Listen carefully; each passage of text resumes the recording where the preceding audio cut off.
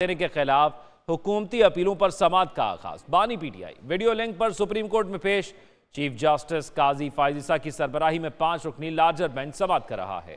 इस सवाल से मजीद क्या तफसीलात हैं ये जान लेते हैं। शबिया नकवी हमारे साथ मौजूद हैं। जी शबिया नकवी, बताइएगा इस समाअत के हवाले से अब तक क्या रिमार्क्स रहे हैं?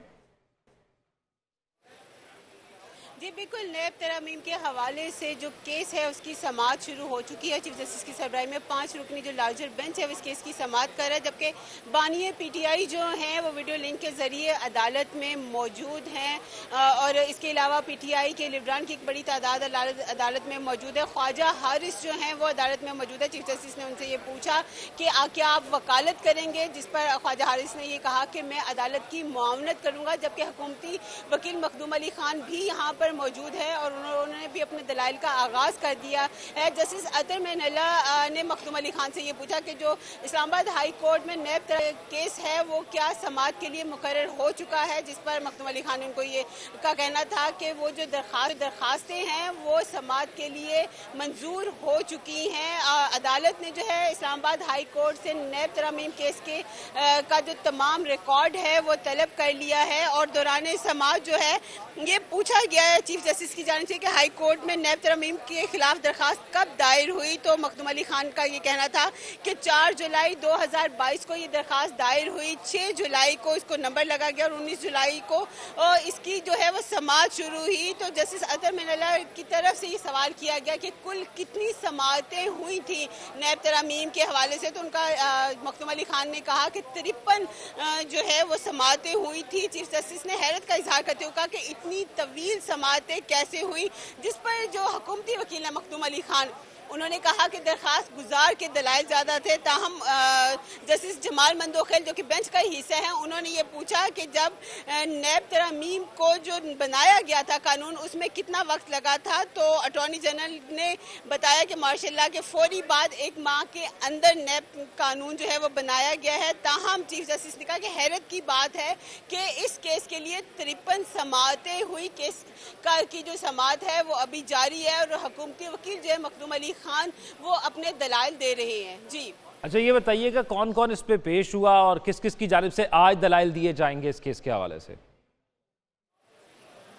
जी बिल्कुल, जो इसके जो मेन जो दरखास्त गुजार हैं वो बानी पीटीआई जो हैं वो हैं और गुज़िश्ता जो समाअत है उसमें अदालत की जानिब से ये कहा गया था कि क्योंकि दरखास्त गुजार को अपना मौक़िफ़ बयान करने का एक कानूनी हक है उसका, तो ना सिर्फ वफाकी हुकूमत बल्कि पंजाब हुकूमत को भी हिदायत की गई थी कि वीडियो लिंक के ज़रिए जो है उनकी पेशी को यकीनी बनाया जाए।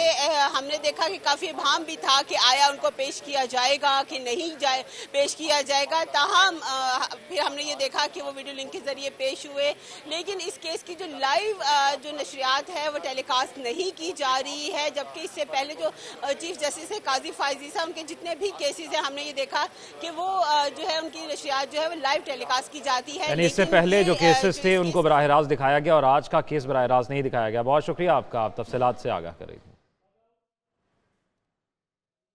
एक और अहम मामला, इस्लामाबाद हाई कोर्ट के रजिस्ट्रार ऑफिस ने सेनेटर फैसल वाडा के खत का जवाब दे दिया है। जस्टिस अतर मेनल्ला और जस्टिस बाबर सत्तार के दरमियान गुफ्तगू का रिकॉर्ड देने से इनकार। खत में कहा गया कि जज भर्ती होते वक्त चीफ जस्टिस और उम्मीदवार के दरमियान गुफ्तगू का रिकॉर्ड या मिनट्स नहीं लिखे जाते। इस्लामाबाद हाई कोर्ट ने रजिस्ट्रार ऑफिस ने सेनेटर फैसल वाडा के खत का जवाब दे दिया है। फैसल वावडा के खत का मामला, इस्लामाबाद हाई कोर्ट के रजिस्ट्रार ऑफिस ने खत का जवाब दे दिया। जस्टिस अतर मेनल्ला और जस्टिस बाबर सत्तार के दरमियान गुफ्तगू का रिकॉर्ड देने से इनकार। खत के जवाब में कहा गया कि जज भर्ती होते वक्त चीफ जस्टिस और उम्मीदवार के दरमियान गुफ्तगू का रिकॉर्ड या मिनट्स नहीं लिखे जाते। आईन पाकिस्तान में जज बनने के लिए किसी और मुल्क की शहरियत या रिहाइश रखना ना अहलियत नहीं। किसी भी वकील से हाई कोर्ट का जज बनते वक्त दोहरी शहरियत की मालूमात नहीं मांगी जाती। जस्टिस अतर मेनल्ला ने 6 जजेस के खत पर अज खुद केस की कार्रवाई में इस बात को वाज़ेह किया। जवाब में मजीद कहा गया कि जस्टिस अतर मेनल्ला ने बताया कि जस्टिस बाबर सत्तार के ग्रीन कार्ड का मामला सुप्रीम जुडिशल काउंसिल में ज़ेर गौर आया और उन्हें बतौर जज मुकर्रर करने की मंजूरी दी गई। अदालत के पास जुडिशल में होने वाली डिस्कशन का रिकॉर्ड नहीं। जवाब में कहा गया कि हाई कोर्ट की प्रेस रिलीज में वजाहत की गई थी कि जस्टिस बाबर सत्तार ने उस वक्त के चीफ जस्टिस को बताया था कि वो ग्रीन कार्ड रखते हैं।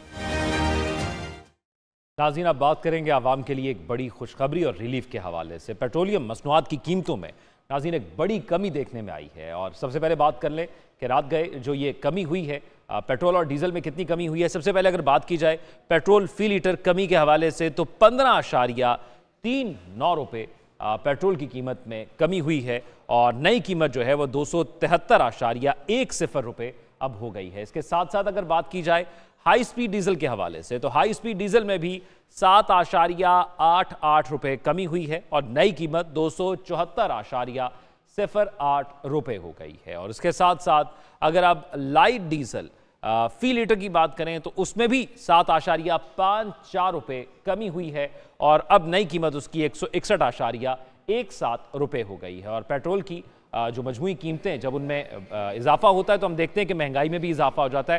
तो अब आवाम का ये मुतालबा करती है कि अगर इन कीमतों में कमी की गई है तो इस तमाम तर सूरत हाल के हवाले से महंगाई में भी कमी होनी चाहिए। अब आप नाज़रीन, नैब तरामीम कलअदम करार देने के खिलाफ हुकूमती अपीलों पर समाअत का आगाज। बानी पीटीआई वीडियो लिंक पर सुप्रीम कोर्ट में पेश। चीफ जस्टिस काजी फायज़ ईसा की सरबराही में 5 रुकनी लार्जर बेंच समाअत कर रहा है। अटॉर्नी जनरल मंसूर उस्मान आवान अदालत में पेश। हुकूमती वकील मखदूम अली खान के दलाइल जारी। इस हवाले से मज़ीद क्या तफसीलात हैं ये जान लेते हैं। शबिया नकवी हमारे साथ मौजूद हैं। शबिया नकवी, बताइएगा आज के इस अहम केस की अहम समाअत के हवाले से जिसमें बानी पीटीआई भी वीडियो लिंक के ज़रिए मौजूद हैं इस समाअत के अंदर, उनकी जानिब से क्या कोई दलाल या कोई मौक़िफ़ सामने आया?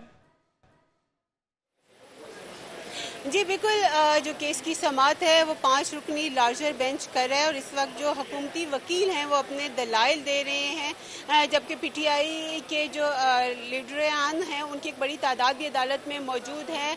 और दौरान समाअत हम ये देख रहे हैं कि चीफ जस्टिस बाकायदा सवाल भी कर रहे हैं, जो उनका एक है कि वो हर केस को जो है पूरी जो दिलचस्पी से और पूरी तवज्जो से सुनते हैं। तो अभी भी उनका यही कहना था क्योंकि ये नैब केस जो है ये इस्लामाबाद हाई कोर्ट में भी ज़ेरे समाअत हैं, तो चीफ जस्टिस ने जो हुकूमती वकील हैं उनसे ये सवाल किया कि जब ये केस इस्लामाबाद जो हाई कोर्ट में ज़ेरे समाअत है तो फिर सुप्रीम कोर्ट में कैसे काबिल समाअत हुआ? क्या मरकजी केस के फैसले में अदालत ने इस सवाल का जवाब दिया? जिस पर जो हुकूमती वकील हैं मखदूम अली खान, उन्होंने कहा कि जी हाँ, अदालत ने फैसले में इस मामले का जिक्र किया है। और इस हवाले से मखदूम अली खान ने जो सुप्रीम कोर्ट का इससे मुतल्लिका पैराग्राफ था वो भी अदालत को पढ़कर सुनाया। लेकिन इसके साथ उन्होंने जो इलेक्शन के हवाले से जो केसेस थे उसका भी हवाला देते हुए कहा कि जो इलेक्शन के हवाले से पेशावर हाई कोर्ट में और लाहौर हाई कोर्ट में केस ज़ेरे समाअत थे, लेकिन सुप्रीम कोर्ट ने उस पर जो है वो समाअत की थी, जिस पर चीफ जस्टिस का ये कहना था कि वो तमाम जो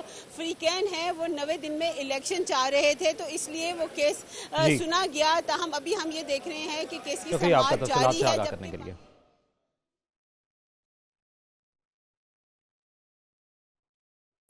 CPPA ने नेपरा से बिजली की कीमत में 5 रुपये फ़ी यूनिट इजाफे करने की दरख्वास्त कर दी है। कीमतों में इजाफे से सार्फिन पर 310 अरब रुपए का बोझ पड़ेगा। इसके अलावा CPPA ने आइंदा माली साल के लिए पावर चार्जेस के हवाले से भी एक तफसीलात सामने रखी हैं।